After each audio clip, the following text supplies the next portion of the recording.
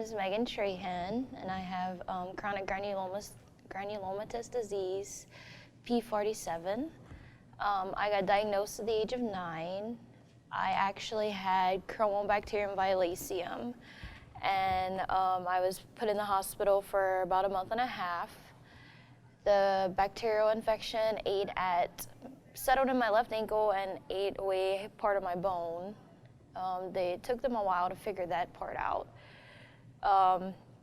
Then they started doing further testing on how could a healthy little girl get sick with this rare bacterial infection.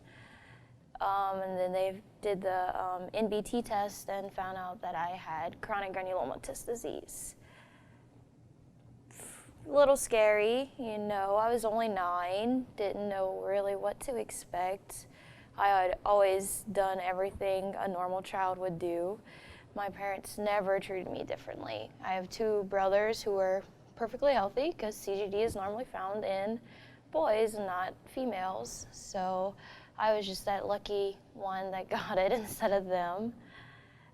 Since the diagnosis, I got put on Actimune and Bactrim. Those were my only 2 medications that I had to take, and I was perfectly fine for 6 years after that.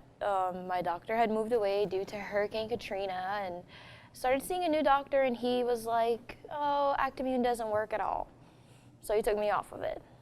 Then I started getting sick, and I was just fed up with the healthcare system I was with, so we just started seeing our primary care doctor, primary doctor on the Bahia, and he did whatever he had to do to help us out.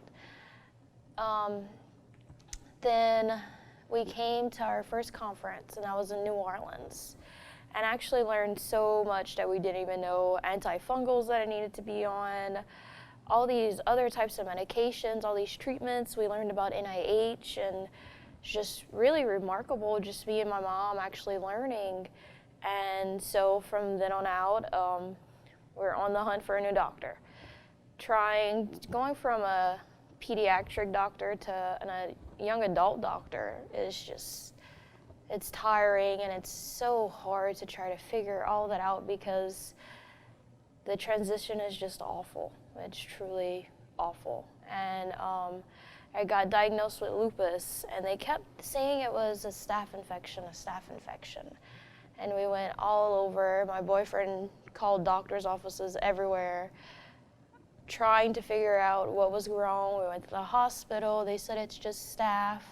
Finally, we went to see a dermatologist, and he's did cultures and this and that, and he's like, you have lupus. So about a year and a half ago, I got diagnosed with lupus. Along with lupus, I just got diagnosed with fibromyalgia to top that off. But the doctors that I see now, I've finally found great ones, and they're at LSU, and I couldn't be more thankful for them. They go above and beyond every visit. They call to check on me, they email me, anything I need, I could just get in touch with them right away. They started me back on Actimune injections again, and I'm on all the proper medications, and Actimune is very tough and very hard. I didn't realize how hard it was going to be to actually get back on doing injections 3 times a week. Drains me to a core. I had to quit working about a year ago with the lupus diagnosis due to the lupus and with severe vertigo attacks, to where sometimes I'll get 3 in one day, sometimes I get 1 in a week, to the point where I'm passing out, hitting my head, almost busting it open majority of the time. With my disease, I've learned that it's only made me stronger.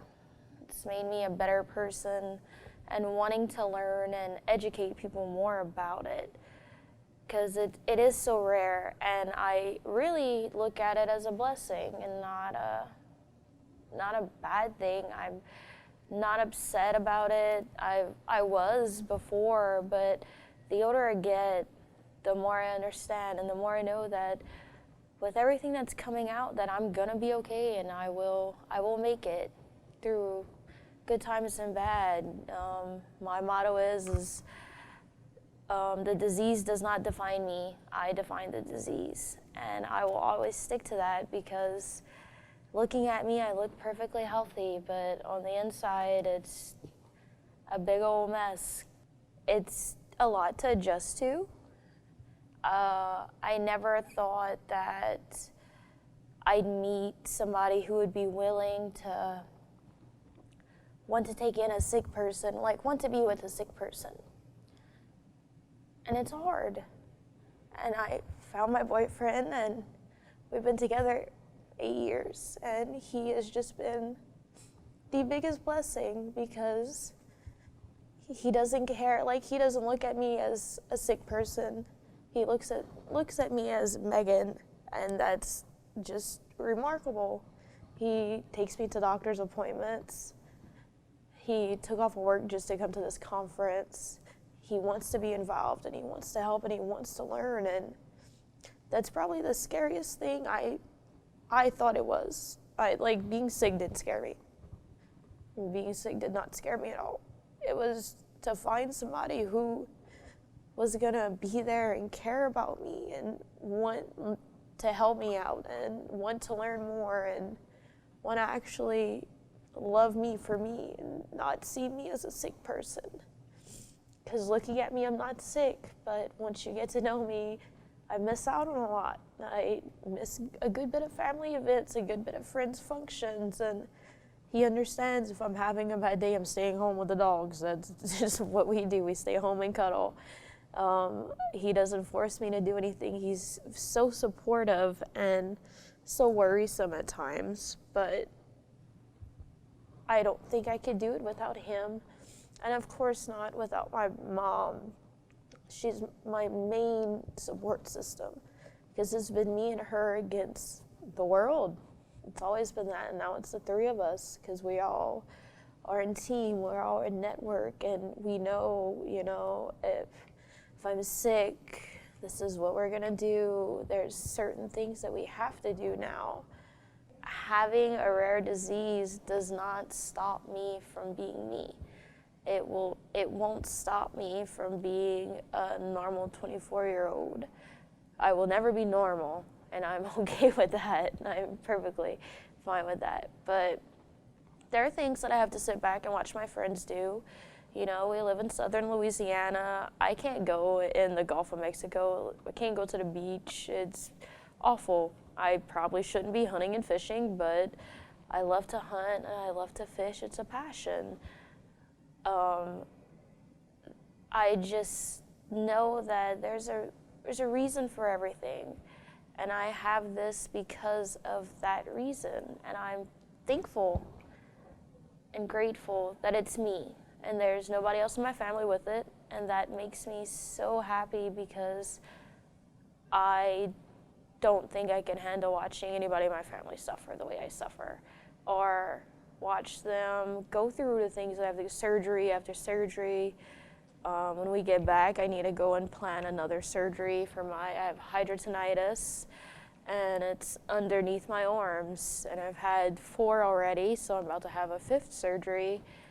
But my brothers, they're strong, but